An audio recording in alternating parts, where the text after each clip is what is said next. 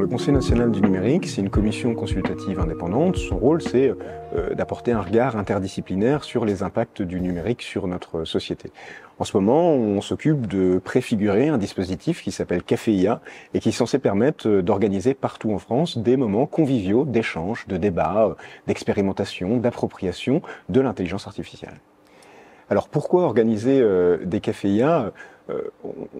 On est aujourd'hui dans un moment où on entend de plus en plus parler d'intelligence artificielle, où parfois on doit l'utiliser, on est même parfois contraint à l'utiliser, on ne sait pas exactement ce que c'est pour autant.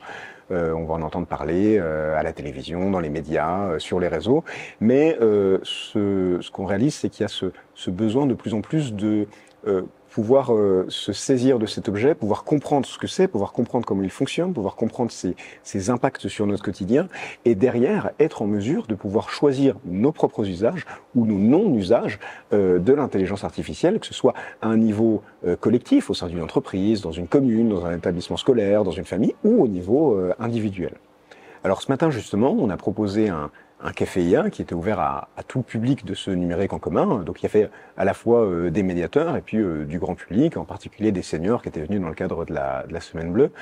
Et puis, il se trouve que Thierry Vermen, qui était intervenant ce matin sur les sujets IA, a bien voulu se prêter au jeu d'être justement, d'apporter son expertise pendant ce moment-là. Et donc, ça s'est déroulé, comme se déroule une conversation au final conviviale. Les personnes qui étaient là ont commencé à s'interroger, à se poser des questions sur la manière dont l'IA fonctionnait, sur la manière dont elle allait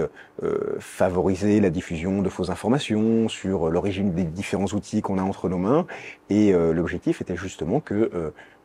chacun puisse bénéficier de cette expertise et qu'on apaise au final un petit peu la relation qu'on entretient avec cet objet.